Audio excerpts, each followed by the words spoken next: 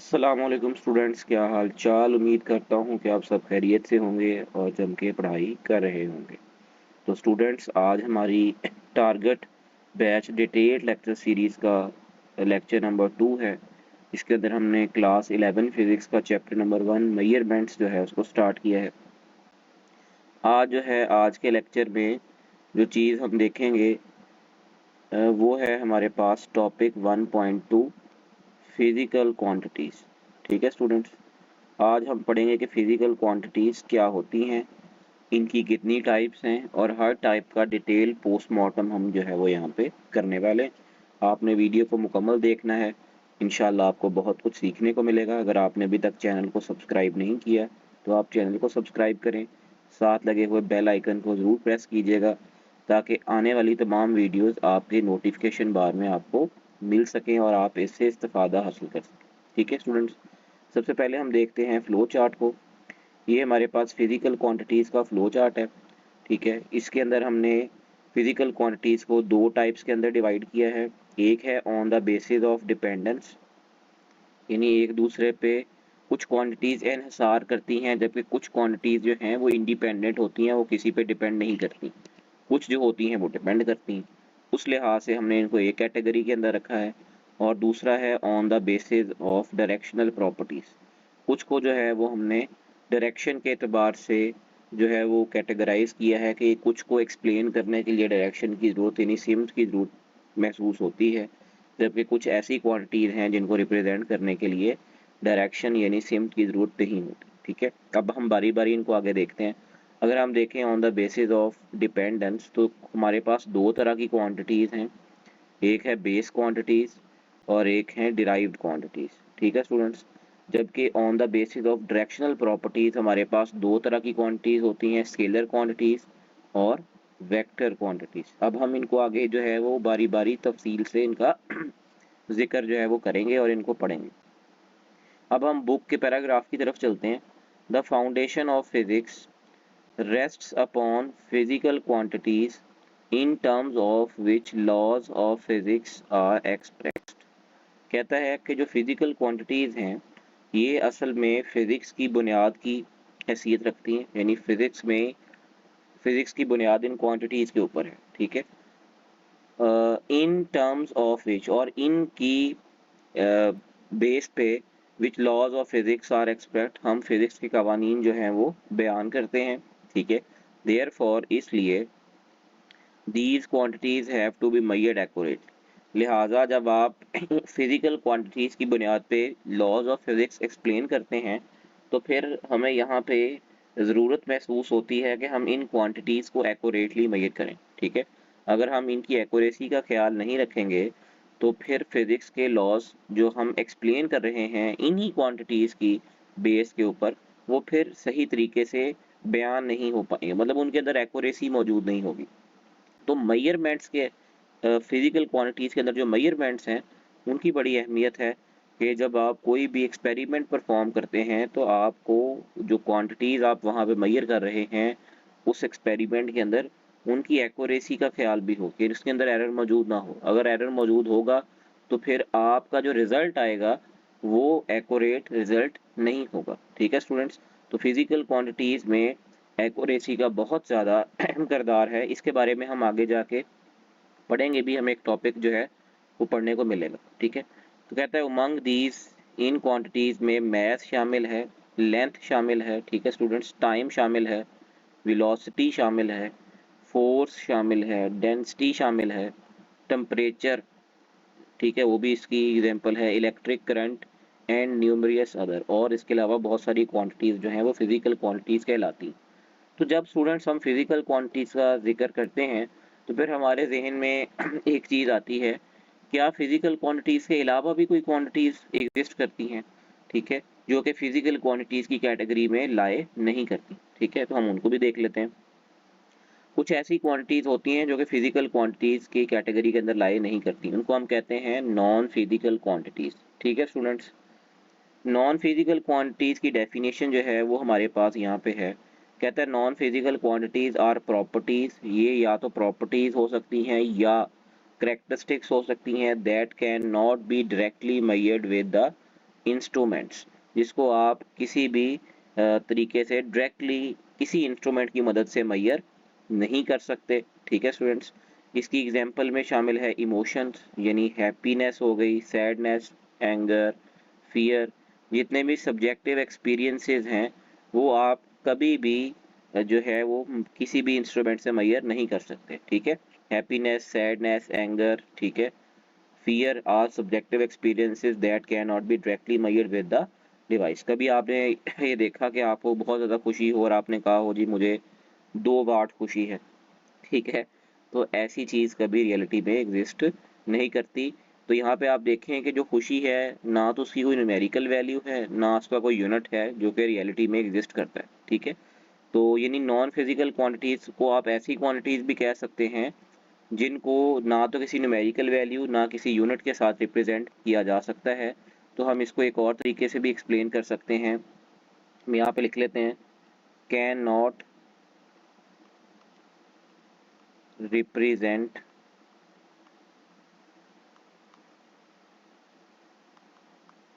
with numerical value plus unit, यानी हम ऐसी क्वांटिटीज को किसी न्यूमेरिकल वैल्यू या यूनिट से एक्सप्लेन नहीं कर सकते। ठीक है स्टूडेंट्स, उसके बाद आता है सेकंड एग्जांपल है एस्थेटिक्स, यानी ब्यूटी, एलिगेंस या attractiveness all are subjective judgements based upon the individual perception. ठीक है, तो खूबसूरती वगैरह किसी चीज़ का जाज़बे नज़र होना, ये भी सारे जो है हर किसी की इनफरादी जजमेंट है, हर किसी का इनफरादी नज़रिया है। ठीक है, और ये भी किसी न्यूमेरिकल वैल्यू और यूनिट पे मेजर नहीं होता, ना ही कोई ऐसा इंस्ट्रूमेंट है जो किसी की खूबसूरती को नाप सके। ठीक है स्टूडेंट्स, आगे है इंटेलिजेंस। कहता है while intelligence test attempts to quantify the intelligence, यानी इंटेलिजेंस को कहता है बहुत सारे टेस्ट हैं जो कि किसी भी इंसान की जहानत के बारे में बता सकते हैं। It is a complex concept encompassing various cognitive abilities, लेकिन इंटेलिजेंस के अंदर जो है वो बहुत सी तरह की पचीदा जो है कॉग्निटिव क्वालिटीज़ जो हैं वो भी इसके अंदर ही शामिल होती हैं। तो लिहाजा इसको भी एज सच जो है हम एक्यूरेटली किसी इंस्ट्रूमेंट से डायरेक्टली मेजर नहीं कर सकते। वो कुछ टेस्ट्स होते हैं जिसको हम करते हैं, लेकिन कोई ऐसा इंस्ट्रूमेंट नहीं है जो कि आप किसी बंदे के साथ लगाएं और वो आपको बता देगा जी इसकी इंटेलिजेंस इतनी। ठीक है, और हमारे पास फिर है अगली example morality, right and wrong cultural and physical values not objective measurements. ठीक है, कि किसी चीज़ को गलत कहना सही कहना, ठीक है, ये किसी भी जगह की सकाफती या किसी की इनफरादी पर्सनल जो है उसका ये तरीका हो सकता है और ये कोई ऑब्जेक्टिव मेजरमेंट नहीं है। ठीक है, तो ये भी इसके अंदर शामिल है। Creativity, the originality and imagination someone's work is a qualitative judgement. ठीक है, कोई कितना अच्छे तरीके से खालसन और या किसकी इमेजिनेशन क्या है, ये सारी चीज़ें जो हैं ये भी क्वालिटेटिव जजमेंट हैं, ये भी ऑब्जेक्टिव मेजरमेंट्स के अंदर शामिल नहीं होती। तो स्टूडेंट्स ये थी हमारे पास फिजिकल क्वांटिटीज़, ऐसी क्वांटिटीज़ जो कि ना डायरेक्टली किसी इंस्ट्रूमेंट से मेजर होती हैं और ना ही हम इनको किसी न्यूमेरिकल वैल्यू या यूनिट से रिप्रेजेंट करते हैं। ऐसी क्वांटिटीज़ कहलाती हैं नॉन फिजिकल क्वांटिटीज़। ठीक है, आगे हमने फिजिकल क्वांटिटीज़ को बुक की लाइन से रीड किया था, अब मैंने इनको यहाँ पे अलग करके लिख लिया है, तो अब हम इसको दोबारा यहाँ पे देखते हैं।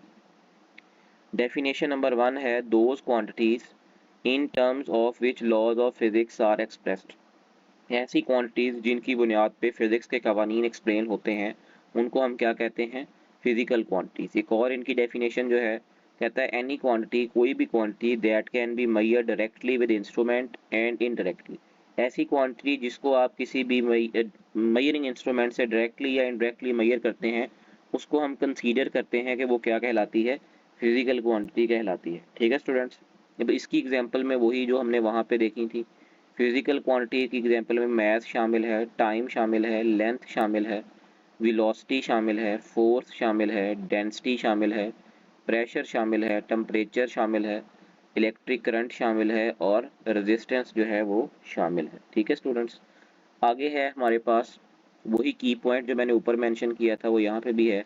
देयरफॉर इसलिए the quantities have to be measured accurately. इसलिए फिर अगर आप फिजिक्स के लॉज इनके ऊपर एक्सप्लेन करते हैं तो फिर फिजिकल क्वांटिटीज को एक्यूरेटली नापना बहुत ज़रूरी है। ठीक है स्टूडेंट्स, अब हम आगे देखें तो नेक्स्ट पैराग्राफ के अंदर उसने कहा है कि physical quantities are often divided into two categories. ठीक है, आगे फिर वो फिजिकल क्वांटिटीज को on the basis of dependence दो कैटेगरीज में डिवाइड करता है, base quantities and derived quantities. ठीक है स्टूडेंट्स, किताब में ये on the basis of directional properties का जिक्र नहीं है, लेकिन मैंने इसको यहाँ पे इसलिए शामिल किया है क्योंकि आगे इनका तज़किरा फिजिक्स में हम बहुत ज़्यादा करने वाले हैं। वेक्टर्स के ऊपर पूरा एक चैप्टर आएगा, chapter number 2 vector and equilibrium, तो थोड़ा सा तारुफ उसका हमें होना चाहिए।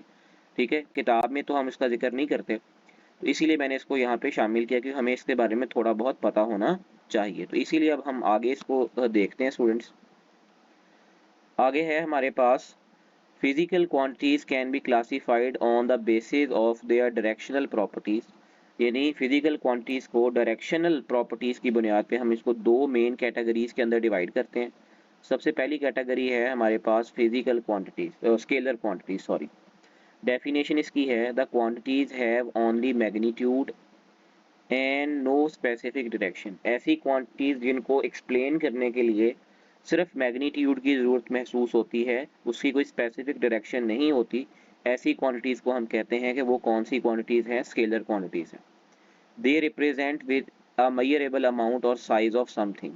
ये किसी चीज़ की मेजरेबल अमाउंट, कि वो चीज़ कितनी आपने मेजर की है उसको बताती हैं, एंड साइज ऑफ समथिंग, या किसी चीज़ का साइज बताती हैं कि वो कितना साइज रखती है। ठीक है, आगे हम एग्जाम्पल से इसको देखेंगे। एग्जाम्पल की अगर हम बात करें तो सबसे पहली एग्जाम्पल है हमारे पास मैथ्स। मैथ्स भी एक स्केलर क्वांटिटी है, इसकी कोई डायरेक्शन नहीं होती। मैथ्स क्या बताता है, मैथ्स बताता है the amount of matter in an object. किसी ऑब्जेक्ट के अंदर मौजूद मादा मैटर की कितनी अमाउंट है उसको हम कहते हैं मैथ्स, और ये मेजर्ड होता है किलोग्राम्स के अंदर या ग्राम्स के अंदर। ठीक है, किलोग्राम इसका ऐसा यूनिट है और ग्राम इसका CGS यूनिट है। इसके अलावा सेकंड हमारे पास एग्जांपल है टेम्परेचर की। The measure of hotness and coldness, किसी जगह पे गर्मी या सर्दी कितनी ज़्यादा है, ठीक है, उसको हम मेजर करते हैं टेम्परेचर की मदद से। ठीक है, जैसे कि आजकल पंजाब के अंदर काफ़ी ज़्यादा हीट वेव है, टेम्परेचर 45 तक चला जाता है, तो आपको भी चाहिए कि आप भी अपना ख्याल रखें। ठीक है, और पानी पीते रहें, हाइड्रेट रहें, समझ आ रही है, और ऐसे औकात में बाहर ना निकलें जब बहुत ज़्यादा धूप हो। ठीक है, तो एक पब्लिक सर्विस मैसेज है, हमें अपना और अपने इर्द गिर्द दोस्तों का, वालिदैन का ख्याल रखना चाहिए। तो ठीक है, जो टेम्परेचर है वो मेजर करता है हॉटनेस को या कोल्डनेस को, मेजर्ड इन डिग्रीज, ये या तो डिग्री सेल्सियस में मेजर होता है या केल्विन में। तो याद रखना है टेम्परेचर का ऐसा यूनिट केल्विन है, डिग्री सेल्सियस, डिग्री फ़ारेनहाइट, ये सारे जो हैं नॉन ऐसा यूनिट्स हैं। आगे है फिर वॉल्यूम।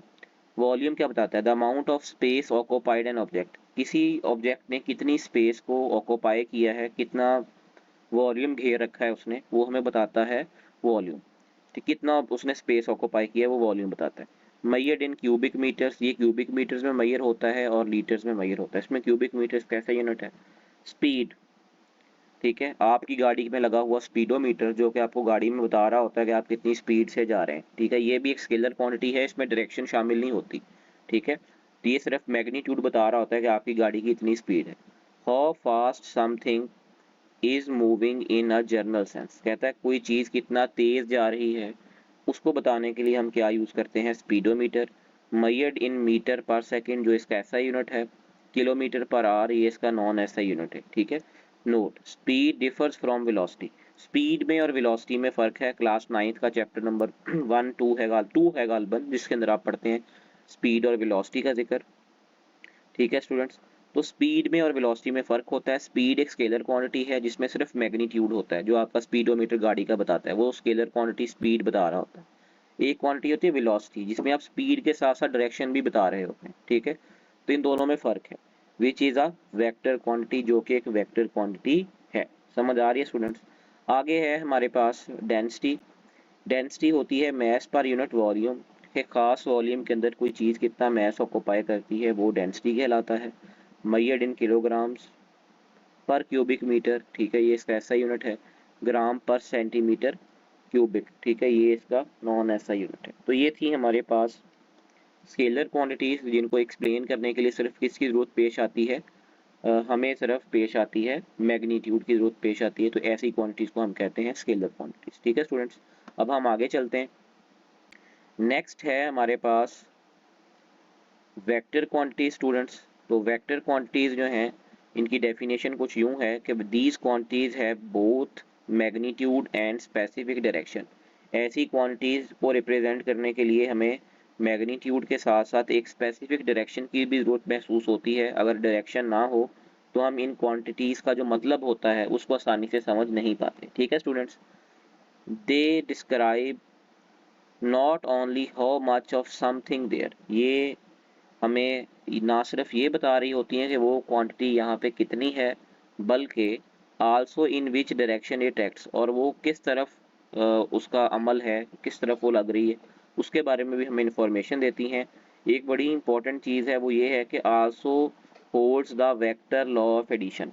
ठीक है, ये क्वांटिटीज जो हैं ये वेक्टर लॉ ऑफ एडिशन को होल्ड करती हैं। समझ आ रही है? अब इसका क्या मतलब है, जैसे कि मैं आपको बताऊं मैथ। ठीक है, फर्ज करें एक बॉडी है जिसका मैस है 6 kg। ठीक है, और एक और बॉडी है जिसका मैस है 10 kg। अब आपको कहा जाता है कि इन दोनों बॉडीज का कलेक्टिवली मैस बताइए, तो आप कहेंगे जी m1 प्लस m2। ठीक है, 6 kg और 10 kg आप कहेंगे जी 16 kg। यानी आपने सिंपल इसको नंबरों को अरिथमेटिक रूल्स अप्लाई करते हुए क्या कर दिया, ऐड कर दिया। लेकिन अगर आपसे कहा जाए कि v1 वेलोसिटी है, ठीक है, इसके ऊपर वेक्टर साइन लगाते हैं। ठीक है, तो वेलोसिटी है वो है 16 मीटर पर सेकंड ईस्ट। ठीक है, और एक गाड़ी है जिसकी 16 मीटर पर सेकंड वेलोसिटी है, वो ईस्ट डायरेक्शन में जा रही है। एक वेलोसिटी है v2, ठीक है, जो कि 20 मीटर पर सेकंड है और वो जा रही है वेस्ट की तरफ। अब बताइए इन दोनों की कलेक्टिव वेलोसिटी क्या होगी, रिलेटिव वेलोसिटी, सॉरी आप कह लेंगे रिलेटिव वेलोसिटी क्या। अब आप इनको ऐसे सिंपल नंबरों की तरह ऐड नहीं कर पाएंगे। ठीक है, यानी आप ऐसे नहीं करेंगे कि v1 प्लस v2। ठीक है, तो आप कहेंगे जी 16 मीटर पर सेकंड प्लस 20 मीटर पर सेकंड। ठीक है, लेकिन आप डायरेक्शन को कैसे ऐड करेंगे। ठीक है, तो डायरेक्शन सिंपल अरिथमेटिक रूल से ऐड नहीं होती, तो ये फिर तरीकाकार गलत है। ठीक है, समझ आ रही है? तो ये एक गलत तरीका है इनको ऐड करने का। समझ आ रही है? तो ये चीज़ है, इनको फिर ख़ास तरीके के रूल्स जो हैं उनकी मदद से हम ऐड करते हैं, उनको हम कहते हैं वेक्टर अलजेब्रा। इसके बारे में हम चैप्टर नंबर 2 जो है हमारा, उसके अंदर हम तफसील से इनके ऊपर चर्चा करेंगे। ठीक है, कि हमारे पास वेक्टर्स क्या होते हैं, इनको कैसे ऐड किया जाता है, कैसे सब्ट्रैक्ट किया जाता है, रिजॉल्व कैसे किया जाता है, सारा कुछ हम तफसील से वहाँ पे पढ़ेंगे स्टूडेंट्स। ठीक हो गया? अच्छा, तो ये इसकी डेफिनेशन जब भी आपको पेपर में है तो आपने लिखना है कि vector are those quantities in which we need both magnitude and specific direction, also vector quantities hold the vector law of addition. ठीक है, तो ये लिखना ज़रूरी है, यहाँ पे फिर डेफिनेशन कंप्लीट होती है। इसकी एक और एग्जांपल भी है कि ये इलेक्ट्रिक करंट, आपने अक्सर देखा होगा कि जब सर्किट्स आप पढ़ रहे होते हैं इलेक्ट्रिसिटी एंड मैग्नेटिज्म में या इलेक्ट्रॉनिक्स में, तो आप वहाँ पे करंट की डायरेक्शन मेंशन करते हैं कि वो पॉजिटिव टू नेगेटिव जा रहा है, कन्वेंशनल करंट है, नेगेटिव टू पॉजिटिव जा रहा है, इलेक्ट्रॉनिक करंट है। तो लेकिन फिर आप उसको ऐड क्यों नहीं करते डायरेक्शन को। समझ आ रही है? तो उसका आंसर ये है कि जो इलेक्ट्रिक करंट है समझने के लिए तो डायरेक्शन रखता है, लेकिन जब आप उस पर रूल्स अप्लाई करते हैं तो वेक्टर अलजबरा को होल्ड नहीं करता, वेक्टर लॉ ऑफ एडिशन को होल्ड नहीं करता, बल्कि वो जैसे ये मैथ्स ऐड हो रहा है सिंपल अरिथमेटिक रूल से ऐसे ही ऐड होता है, इसीलिए फिर वो वेक्टर की कैटेगरी के अंदर शामिल नहीं होता। वो इलेक्ट्रिक करंट जो है वो फिर स्केलर क्वांटिटी कहलाता है। ठीक है स्टूडेंट्स, इसके ऊपर भी हम चर्चा करेंगे चैप्टर नंबर 2 में। इसको वहाँ पे मैं आपको प्रैक्टिकली इसकी एग्जाम्पल जो है सॉल्व करके हम उसको देखेंगे। ठीक है, आगे है हमारे पास डिस्प्लेसमेंट। डिस्प्लेसमेंट इसकी एग्जांपल है the straight line distance and the direction between the objects starting and ending point. किसी भी जगह पे अगर कोई चीज़ चल रही है, उसके स्टार्टिंग पॉइंट और एंडिंग पॉइंट के दरमियान का जो फासला है वो हमें क्या बता रहा होता है, वो स्ट्रेट लाइन डिस्टेंस होना चाहिए, ठीक है। और उसकी खास डायरेक्शन भी हो कि वो स्टार्टिंग पॉइंट से उसकी डायरेक्शन एंडिंग पॉइंट की तरफ है या कोई और डायरेक्शन, तो वो फिर डिस्प्लेसमेंट की कैटेगरी में आता है। ये भी मेजर्ड होता है मीटर्स में और किलोमीटर्स में, ठीक है। इसकी डिस्प्लेसमेंट के रिस्पेक्ट से जो स्केलर क्वांटिटी होती है, इसको हम डिस्टेंस कहते हैं, वो भी इसी यूनिट्स के अंदर मेजर होती है। वेलोसिटी, ठीक है, speed in the specific direction, यानी गाड़ी की स्पीड भी हो लेकिन वो एक खास डायरेक्शन में ट्रेवल कर रही हो तो वो वेलोसिटी कहलाती है। स्पीड का यूनिट भी और वेलोसिटी का यूनिट भी सेम ही होता है, यानी मीटर पर सेकंड, ठीक है। और जैसे वो बता रहा है कि मीटर पर सेकंड इन द नॉर्थली डायरेक्शन, ठीक है, कोई चीज़ जा रही है तो वो साथ में मेंशन करना ज़रूरी है कि वो किस डायरेक्शन में जा रही है, ठीक है। एक्सेलरेशन, ठीक है, the rate change of velocity including the both magnitude and direction is called acceleration, और ये मेजर होता है मीटर पर सेकंड स्क्वायर्ड के अंदर। आगे है हमारे पास फोर्स, अ पुश और pull that acts on a object in a direction measured in newtons, किसी चीज़ पे आप पुश करते हो उसको या पुल करते हो किसी खास डायरेक्शन के अंदर, तो वो कहलाती है फोर्स, और ये मेजर होती है न्यूटन्स के अंदर।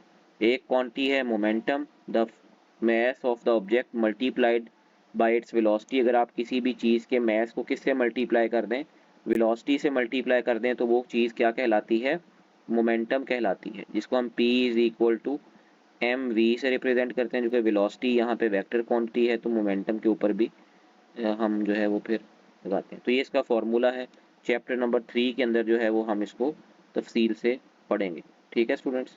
अब हम नेक्स्ट चलते हैं आगे। आगे कुछ अच्छा, और ये मेजर होती है किलोग्राम मीटर पर सेकेंड, ठीक है स्टूडेंट्स। इनके यूनिट साथ लिखे हैं, ये याद करने बड़े इंपॉर्टेंट हैं। चैप्टर नंबर 3 के अंदर जिक्र इनका आएगा फोर्स और मोमेंटम पर। कुछ की पॉइंट्स हैं, ठीक है, जो मैंने यहाँ पे मेंशन किए हैं वो आपने देख लेने हैं। पहला है हमारे पास की पॉइंट कि scalar quantities can be added, subtracted और multiplied and divide like the regular numbers, कि जो स्केलर क्वांटिटीज़ होती हैं इनको आप आम नंबरों की तरह ऐड भी कर सकते हैं, सब्ट्रैक्ट भी कर सकते हैं, मल्टीप्लाई भी कर सकते हैं और डिवाइड भी कर सकते हैं। जैसे मैंने आपको ऊपर मैथ्स की एग्जांपल में करके भी दिखाया कि दो मैसेज को ऐड किया, जैसे सिंपल नंबर्स ऐड होते हैं। While vector quantities require special rules of the addition and subtraction like consider both magnitude and direction, लेकिन जो वेक्टर क्वांटिटीज़ होती हैं उनको आप ख़ास तरह के एडिशन के या सब्ट्रैक्शन के कवानीन अप्लाई करते हैं, जिसके अंदर आप बोथ मैग्नीट्यूड और डायरेक्शन दोनों को कंसीडर करते हैं, तो ये वेक्टर क्वांटिटीज़ कहलाती हैं vector quantities. Understanding the directional properties, अच्छा इनको वेक्टर्स की डायरेक्शनल प्रॉपर्टीज को एनालाइज करना क्यों ज़रूरी है, ठीक है। तो कहता है कि understanding the physical directional properties of physical quantities is a crucial for analysing motion, यानी किसी की मोशन को आप देख रहे हैं किसी ऑब्जेक्ट की, तो वहाँ पे भी डायरेक्शन बड़ी इंपॉर्टेंट होती है।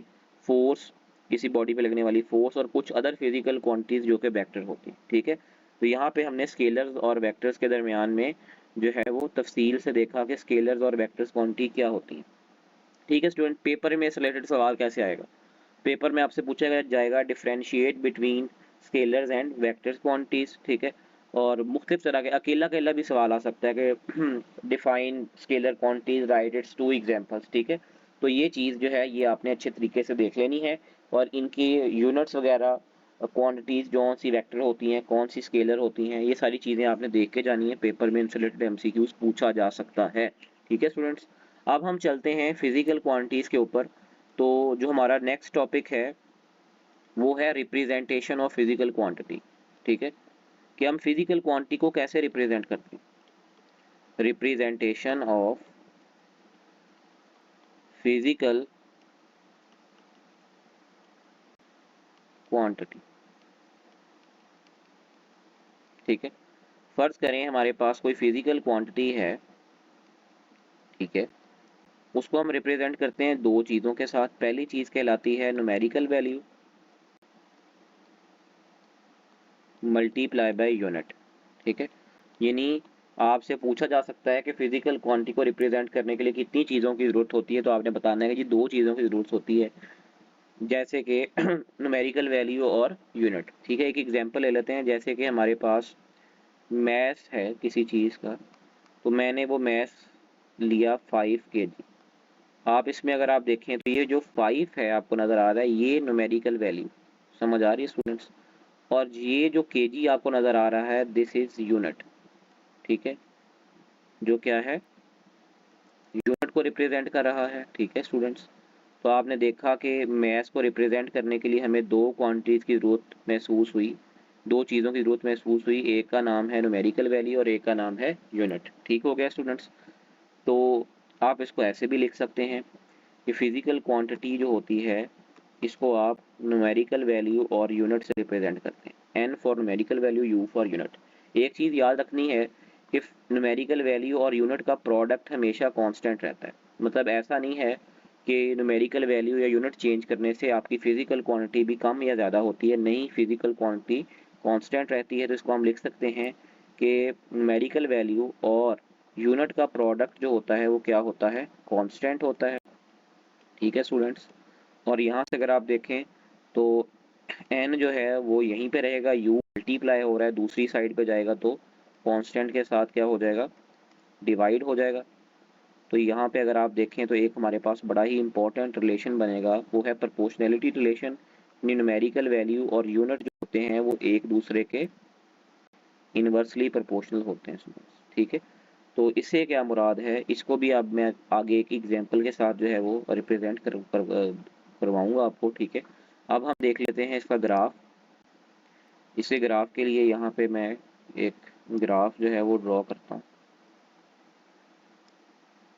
अब यहाँ पे हम अगर इसका ग्राफ देखें तो ये इनवर्सली प्रोपोर्शनल है एक दूसरे में। तो यहाँ पे n न्यूमेरिकल वैल्यू जो है वो एक डिपेंडेंट क्वांटिटी है और जो यूनिट है वो एक इंडिपेंडेंट क्वांटिटी है। अगर हम इनके ग्राफ देखें तो ये इनवर्सली प्रोपोर्शनल है और इनवर्सली प्रोपोर्शनल का ग्राफ कुछ यूं हाइपरबोला होता है, ठीक है स्टूडेंट्स। इसका ग्राफ कुछ इस तरीके से हमें मिलेगा देखने को, ठीक है। तो ये पेपर में अक्सर आपसे पूछा जाता है। अब हम एक एग्जाम्पल देख लेते हैं, ठीक है। अच्छा, मैंने आपको अभी कहा कि अगर किसी चीज़ का न्यूमेरिकल वैल्यू किसी चीज़ की ज़्यादा होगी तो उसका यूनिट क्या हो जाएगा, छोटा हो जाएगा, ताकि उन दोनों के प्रोडक्ट को, जो कि एक फिजिकल क्वांटिटी आती है, उसको क्या रखा जा सके, कांस्टेंट रखा जा सके, ठीक है स्टूडेंट्स। तो एक एग्जांपल हम यहाँ पे लेते हैं, जैसे कि 1 मीटर जो होता है वो 100 सेंटीमीटर के बराबर होता है, ठीक है स्टूडेंट्स। ये दोनों बराबर होते हैं, आप मैथ भी पढ़ते हैं, लेंथ को मेजर करने के यूनिट है। अब आप देखें जो एक 1 है सिंगल, इसको मैं रिप्रेजेंट करता हूँ n1 से। ये न्यूमेरिकल वैल्यू है, पहली न्यूमेरिकल वैल्यू। और u मीटर जो है ये हमारे पास यूनिट है, इसको मैं रिप्रेजेंट करता हूँ u1। यानी ये जो आपको लेफ्ट साइड पे 1 मीटर नज़र आ रहा है, असल में ये किसी क्वांटिटी को हमने मेजर किया है इन SI यूनिट सिस्टम आप कह लें, ठीक है जी। इसको हमने मेजर किया है एन SI यूनिट सिस्टम, ठीक है। और ये हमारे पास एक क्वांटिटी है जिसको हमने मेजर किया है SI के बगैर यूनिट सिस्टम, यानी CGS unit system, centimetre gram second system के अंदर, ठीक है। और ये हमारे पास है N2 और ये सेंटीमीटर है, इसको हम रिप्रेजेंट कर लेंगे U2 के साथ, ठीक है स्टूडेंट।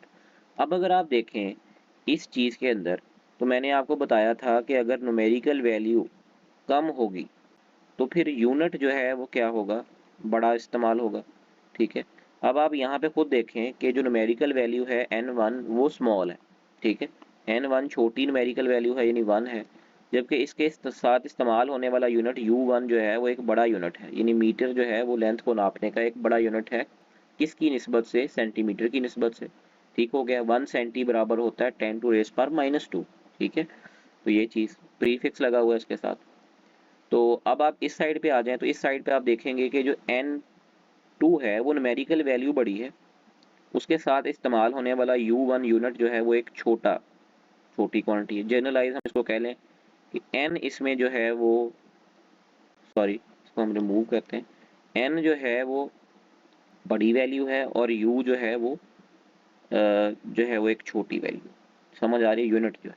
तो यहाँ से आपने देखा कि अगर किसी फिजिकल क्वांटिटी को हम दो मुख्तलिफ सिस्टम ऑफ यूनिट्स के अंदर रिप्रेजेंट करते हैं, यानी हम कहें यहाँ पे कहेंगे कि n1 n2 u1 and u2 are the two different unit systems and we represent a physical quantity in them, so we conclude that the product of these n1 and u1 and n2 u2 remains constant। ठीक है, तो इनका product जो है वो क्या रहेगा, constant रहेगा। तो हम इसको जर्नलाइज करके यहाँ पे कुछ ऐसे लिख सकते हैं कि फिजिकल क्वांटिटी जो होती है, अगर आप उसको n1 u1, ठीक है, 1 मीटर के अंदर रिप्रेजेंट कर लें, बराबर होगा n2 u2 के, और अगर आप इसको जर्नल कहेंगे तो ये आएगा nu के बराबर। ठीक है, समझ आ रही है कि फिजिकल क्वांटिटी का प्रोडक्ट जो है वो हमेशा क्या रहेगा, कांस्टेंट रहेगा। तो यहाँ पे हमने ये सीखा कि फिजिकल क्वांटिटी को दो तरह से हम रिप्रेजेंट करते हैं, दो चीज़ों के हवाले से रिप्रेजेंट करते हैं,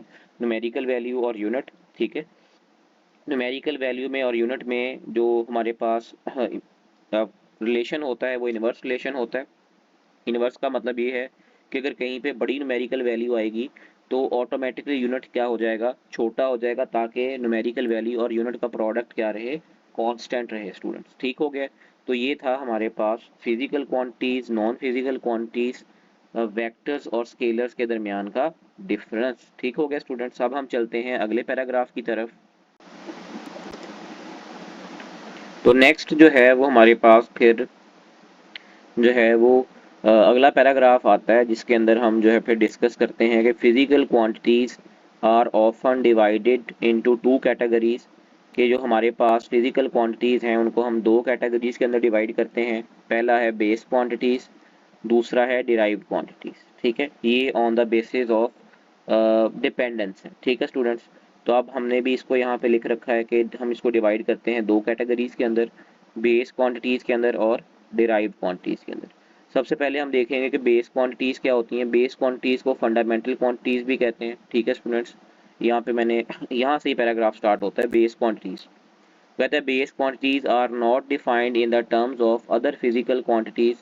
बेस क्वांटिटीज ऐसी क्वांटिटीज होती हैं जिनको आप किसी दूसरी फिजिकल क्वांटिटीज की बुनियाद पे एक्सप्लेन नहीं कर सकते या डिफाइन नहीं कर सकते। ठीक है, और दूसरा है the base quantities are the minimum number of quantities. Base quantities वो कम से कम क्वांटिटीज होती हैं in terms of other physical quantities can be defined, यानी ये कम से कम तादाद होती है उन क्वांटिटीज की जिन क्वांटिटीज की बुनियाद पे आप फिर दूसरी क्वांटिटीज जो है वो एक्सप्लेन करते हैं, उनको हम कहते हैं बेस क्वांटिटीज। इनकी डेफिनेशन मैंने प्रॉपर यहाँ पे लिख दी है निकाल के, the minimum number of physical quantities in terms of which other physical quantities can be defined. तो बेस क्वांटिटीज ऐसी क्वांटिटीज होती हैं जिनकी बुनियाद पे आप दूसरी फिजिकल क्वांटिटीज को एक्सप्लेन करते हैं। आगे है हमारे पास इनकी definition, base quantities are not defined in the terms of other physical quantities. जो बेस क्वांटिटीज होती हैं ये किसी भी दूसरी क्वांटिटी से डिफाइन नहीं होती। एक डेफिनेशन और भी आप कर सकते हैं कि base quantities neither be derived from other quantities nor cannot be resolved into simpler ones, के बेस क्वांटिटीज ऐसी क्वांटिटीज होती हैं जो ना तो किसी क्वांटिटी से मिलकर बनती हैं और ना ही ये अपने से छोटी क्वांटिटीज में रिजॉल्व होती हैं। समझ आ रही है, इन क्वांटिटीज को आप क्या कहते हैं, बेस क्वांटिटीज कहते हैं। एसआई सिस्टम के अंदर जो इस टाइम बेस क्वांटिटीज है उनकी तादाद कितनी है, 7। ठीक है, तो याद रखना है कि इनकी तादाद कितनी होती है, 7 क्वांटिटीज होती हैं ये। इसकी टिपिकल एग्जांपल्स बुक में जो मेंशन है वो है लेंथ, मैस और टाइम। ठीक है, लेकिन मैंने इसके काफ़ी क्वांटिटीज़ की एग्जांपल्स यहाँ पे लिख रखी हैं। लेंथ मीटर के अंदर मेजर होती है, उसको स्मॉल m से रिप्रेजेंट किया जाता है। Represents the distance between two points, जो लेंथ होती है वो दो पॉइंट्स के दरमियान का डिस्टेंस हमें बताती है। दूसरी क्वांटिटी है मैस, यूनिट है इसका किलोग्राम, केजी, कैपिटल के और स्मॉल जी के अंदर ये रिप्रेजेंट होती है। Represent the amount of matter in an object, किसी भी ऑब्जेक्ट के अंदर मौजूद मादा कितना है उसको रिप्रेजेंट करता है मैस। उसके बाद है हमारे पास टाइम। टाइम जो है ये सेकंड के अंदर मेजर होता है, स्मॉल एस से हम इसको रिप्रेजेंट करते हैं। Represent the duration of an event, किसी खास इवेंट का कितना ड्यूरेशन है उसको हम टाइम के साथ रिप्रेजेंट करते हैं। इलेक्ट्रिक करंट का यूनिट है एम्पेयर, कैपिटल ए यानी साइंटिस्ट के नाम पे है। तो आगे हम कन्वेंशंस पढ़ेंगे भी कैसे ये यूनिट लिखते हैं। तो ये रिप्रेजेंट करता है फ्लो ऑफ इलेक्ट्रिक चार्ज को, किसी खास एरिया में से किसी खास टाइम के अंदर गुजरने वाला चार्ज क्या रिप्रेजेंट करता है, इलेक्ट्रिक करंट को। ठीक है, ये हम पढ़ेंगे सेकेंड ईयर के अंदर जाके। थर्मोडाइनमिक टेम्परेचर केल्विन के अंदर मेजर होता है, जो भी एक साइंटिस्ट का नाम है, कैपिटल के से हम लिखते हैं। Represent the measure of hotness and coldness, इसके बारे में ऊपर भी पढ़ा कि किसी जगह पे कितनी ज़्यादा गर्मी है या कितनी ज़्यादा सर्दी है, इसको कैसे मेजर किया जाता है with the help of thermodynamic temperature. ये जो इनके आगे यूनिट्स लिखे हुए हैं ये इनके एसआई यूनिट, ठीक है। अमाउंट ऑफ सब्सटेंस, ये मोल के अंदर रिप्रेजेंट होता है, इसको रिप्रेजेंट किया जाता है MOL से, ठीक है। और ये बताता है specific number of elementary entities, यानी वो एंटिटीज एटम भी हो सकती हैं, वो मॉलिक्यूल्स भी हो सकती हैं या आयंस भी हो सकती हैं। किसी जगह पे आपको नंबर ऑफ पार्टिकल्स रिक्वायर होते हैं, ठीक है, तो तब आप मोल का इस्तेमाल करते हैं। ल्यूमिनस इंटेंसिटी, इसका यूनिट है कैंडेला और इसको C और D से रिप्रेजेंट किया जाता है, दोनों स्मॉल लिखे जाते हैं। Represents the perceived brightness of a light source, किसी भी लाइट सोर्स की जो ब्राइटनेस है उससे निकलने वाली जो एनर्जी है उसको रिप्रेजेंट करने के लिए आप ल्यूमिनस इंटेंसिटी का इस्तेमाल करते हैं, ठीक हो गया। तो ये थी हमारे पास कुछ बेस क्वांटिटीज। अब कुछ बेस क्वांटिटीज की जो की करेक्टरिस्टिक्स हैं वो हमें पता होनी चाहिए, ठीक है। फंडामेंटल, ये क्वांटिटीज फंडामेंटल हों, ठीक है। They are not defined in the terms of other physical quantities, यानी कौन कौन सी चीज़ें होंगी तो आप कहेंगे कि ये फिजिकल क्वांटिटी है। पहली कि ये किसी दूसरी क्वांटिटी को से डिफाइन ना हो, मतलब खुद तो किसी को डिफाइन कर दें लेकिन आप खुद किसी से डिफाइन ना हो। They are considered the most basic measurable properties, तो ये मोस्ट बेसिक बिल्डिंग ब्लॉक या प्रॉपर्टीज हो, ठीक है। इंडिपेंडेंट, किसी पे डिपेंड ना करें, इंडिपेंडेंट हो। The definition and measurement of a base quantity does not rely on any other quantity, यानी इन क्वांटिटीज को एक्सप्लेन करने के लिए आपको किसी और क्वांटिटी का सहारा ना लेना पड़े, ठीक है। तो ऐसी क्वांटिटीज हैं वो इंडिपेंडेंट हो तो फिर वो किसमें इंक्लूड होती हैं, बेस क्वांटिटीज में, ठीक है। बिल्डिंग ब्लॉक्स, ये क्वांटिटीज जो हैं दूसरी फिजिकल क्वांटिटीज को, जिनको हम क्या कहते हैं, derived quantities, are expressed as the combination of base quantities, यानी जो दूसरी क्वांटिटीज जैसे कि हमारे पास डिराइव्ड क्वांटिटीज हैं उनको रिप्रेजेंट किया जाता है इन द फॉर्म ऑफ या in the combination of base quantities. तो ये उनको एज अ बिल्डिंग ब्लॉक, यानी उनके बिल्डिंग ब्लॉक्स का काम करती हैं, यानी वो क्वांटिटीज इनकी बेस पे जो है वो एक्सप्लेन होती हैं, ठीक है स्टूडेंट्स। तो ये थी हमारे पास बेस क्वांटिटीज, ये उनकी डेफिनेशन और एग्जांपल्स हैं। अब हम चलते हैं नेक्स्ट, ठीक है। नेक्स्ट जो है वो हमारे पास फिर आती हैं डिराइव्ड क्वांटिटीज। तो कहता है derived quantities are those quantities whose definitions are based upon the other physical quantities, यानी ऐसी ही क्वांटिटीज जिनकी डेफिनेशंस जो हैं वो दूसरी क्वांटिटीज की बुनियाद पे एक्सप्लेन होती हैं, लाइक वेलोसिटी, ठीक है। अभी मैं बताऊंगा कि वेलोसिटी कैसे एक डिराइव्ड क्वांटिटी है। Acceleration, force are actually viewed as derived quantities, तो हम इनको क्या कहते हैं कि ये कौन सी क्वांटिटीज हैं, डिराइव्ड क्वांटिटीज। अब इनको देखते हैं तफसील से। तो कहता है कि डिराइव्ड क्वांटिटीज, पहले डेफिनेशन है कि derived quantities are those quantities whose definitions are based upon other physical quantities, ऐसी क्वांटिटीज डिराइव्ड क्वांटिटीज कहलाती हैं जिनको डिफाइन करने के लिए आपको दूसरी क्वांटिटीज का सहारा लेना पड़ता है, तो क्या कहलाती हैं, डिराइव्ड क्वांटिटीज कहलाती हैं। Derived quantities are physical quantities that are defined and measured, जो कि डिफाइन भी होती हैं और मेजर भी होती हैं on the basis of fundamental quantities, fundamental भी बेस क्वांटिटीज को कहते हैं, ठीक है।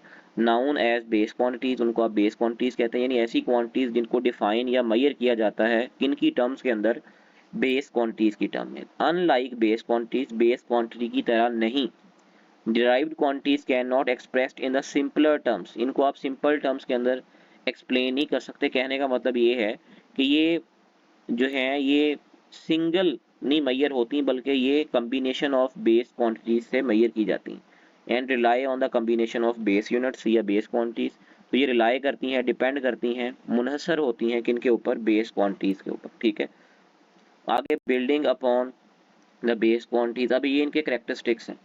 तो कहता है कि जो डिराइव्ड क्वांटिटीज होती हैं ये बिल्ड हुई होती हैं किनके ऊपर, बेस क्वांटिटीज के ऊपर, ठीक है। Are built upon the foundation provided by the base quantities, mathematical relationship, they are defined through the mathematical relationship between base quantities often using the operations like multiplication, यानी आप अगर बेस क्वांटिटीज को multiply करते हैं तब, ठीक है, divide करते हैं तब, एक्सपोनेंटेशन एक्सपोनेंट्स के अंदर लेते हैं तब, एंड टेकिंग रूट्स या रूट्स लेते हैं तो उनके नतीजे में फिर आपके पास डिराइव्ड क्वांटिटीज जो हैं वो बनती हैं, ठीक है। आगे अब इनकी एग्जांपल्स देखते हैं।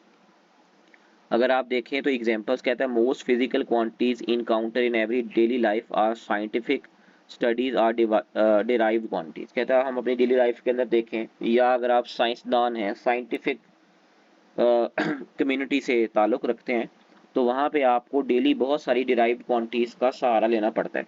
ठीक है, अब वो कौन कौन सी क्वांटिटीज़ हैं, उनमें सबसे पहले अगर आप देखें तो हमारे पास क्या आता है, एरिया। ठीक है स्टूडेंट्स, अब एरिया देखें तो जो एरिया है उसको हम रिप्रेजेंट करते हैं ए से।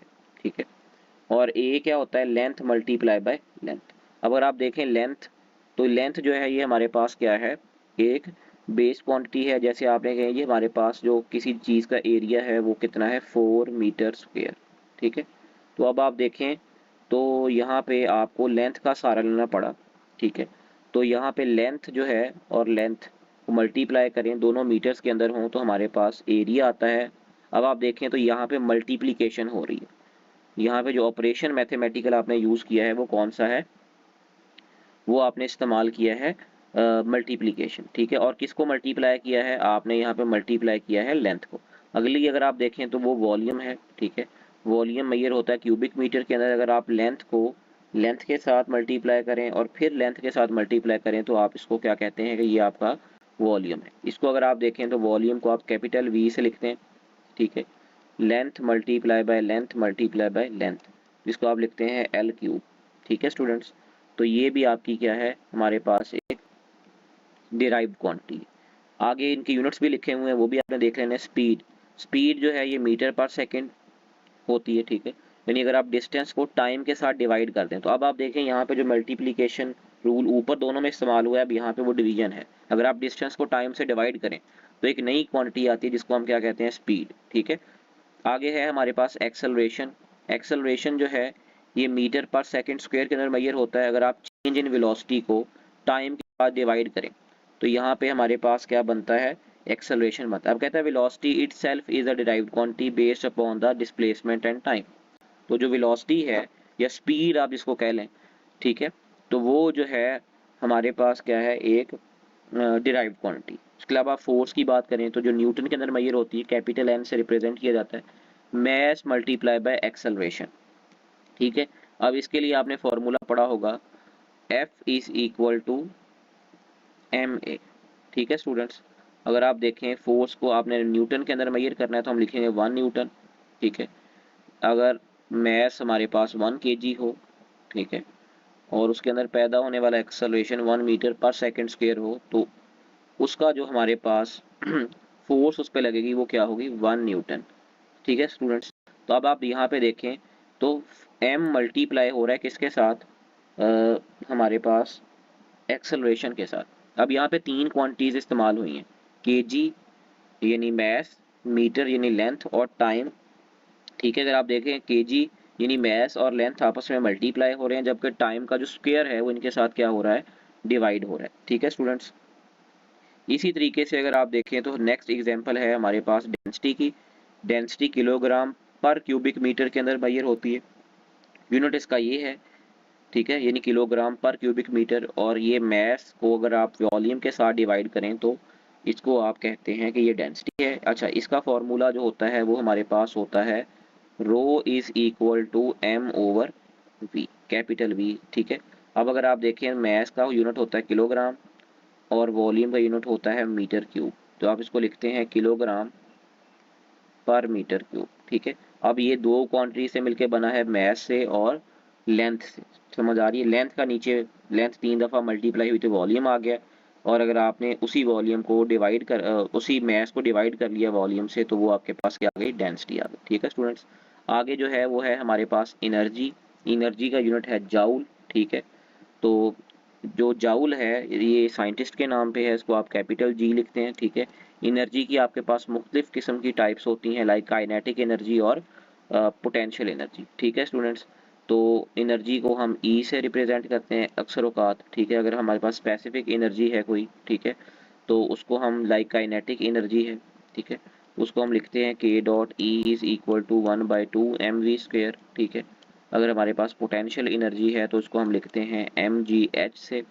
ठीक है स्टूडेंट, और mg को अक्सर औकात आप वेट भी कह देते हैं, और h, ठीक है, और वेट जो है इसका यूनिट भी फोर्स होता है, तो कुछ लोग उसको ऐसे भी लिख लेते हैं। समझ आ रही, और यहीं पे वो लिखा गया है ठीक है, कि फोर्स मल्टीप्लाई बाय डिस्टेंस। ठीक है, तो ये भी मेजर होता है किसके अंदर, जाउल के अंदर, और ये एक डिराइव्ड क्वांटिटी है। अब फोर्स यहाँ पे अगेन डिराइव्ड क्वांटिटी, एच यहाँ पे अगेन डिराइव्ड क्वांटिटी। ठीक है, फोर्स न्यूटन के अंदर मेजर होती है तो इसका यूनिट होता है किलोग्राम मीटर पर सेकेंड स्क्वायर, और साथ में डिस्टेंस का यूनिट मीटर आ गया। तो अगर आप देखें तो इसका यूनिट क्या बनेगा, किलोग्राम मीटर स्क्वायर पर सेकेंड स्क्वायर। ठीक है स्टूडेंट्स, तो ये हमारे पास जो है ये एनर्जी का यूनिट जो है ये बनता है। ठीक है, इसको आप देख सकते हैं। आगे अगर आप चलें तो आगे है हमारे पास पावर। ठीक है, पावर का यूनिट है वॉट। ठीक है, और ये एनर्जी को अगर टाइम से डिवाइड करें तो ये हमारे पास क्या आता है, हमारे पास पावर आती है। पावर को पी से रिप्रेजेंट किया जाता है, W/T। ठीक है, और वर्क हमारे पास जो है वर्क, अब वर्क हमने एक्सप्लेन नहीं किया तो वर्क भी एक्सप्लेन कर देते हैं। ठीक है, अब जो वर्क होता है इसको आप लिखते हैं FD। अब ये भी एक डिराइव्ड क्वांटिटी है और ये होता है टाइम। ठीक है, एक तो ये फॉर्मूला है। अगर आप इसको कुछ इस तरीके से कर लें D/T, तो ये बन जाता है FV। ठीक है स्टूडेंट्स, अब ये दोनों फॉर्मूले जो हैं ये पावर के लिए इस्तेमाल होते हैं, ये वाला भी और ये वाला भी। ठीक है, तो अब आप देखें, अगर मैं लूँ P=FD/T, तो फोर्स का यूनिट किलोग्राम मीटर पर सेकेंड स्क्वायर, साथ में D यानी मीटर, और नीचे टाइम T। ठीक है, अब आप इसको अब करें आगे सॉल्व तो ये बनेगा किलोग्राम मीटर स्क्वायर पर सेकेंड स्क्वायर, जो कि एनर्जी का यूनिट है। ठीक है, अभी आपने देखा, और नीचे हमारे पास क्या है, टाइम, टाइम का यूनिट है सेकेंड। ठीक है, इसको यहाँ पे सेकेंड कर लेते हैं, तो ये प्लस है, जब ऊपर जाएगा तो माइनस हो जाएगा, तो ये इसका यूनिट आएगा किलोग्राम मीटर स्क्वायर पर सेकेंड क्यूब। ठीक है स्टूडेंट्स, ये है, आप नीचे वाले को भी इस्तेमाल कर सकते हैं, वो है P=FV। ठीक है, अब किलोग्राम मीटर पर सेकेंड स्क्वायर यूनिट है फोर्स का, और मीटर पर सेकेंड है वेलोसिटी का। अब इसको आप मल्टीप्लाई कर लें तो ये बनेगा किलोग्राम मीटर स्क्वायर पर सेकेंड क्यूब। ठीक है स्टूडेंट्स, तो ये हमारे पास पावर का यूनिट है। इसी तरीके से अगर आप आ जाएं तो प्रेशर का भी अक्सर पूछा जाता है, ये P=F/A होता है। ठीक है, अब प्रेशर जो होता है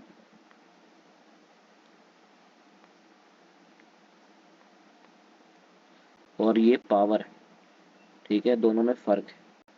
तो किलोग्राम मीटर पर सेकेंड स्क्वायर, और नीचे क्या आ जाएगा मीटर स्क्वायर, इसका यूनिट बनेगा किलोग्राम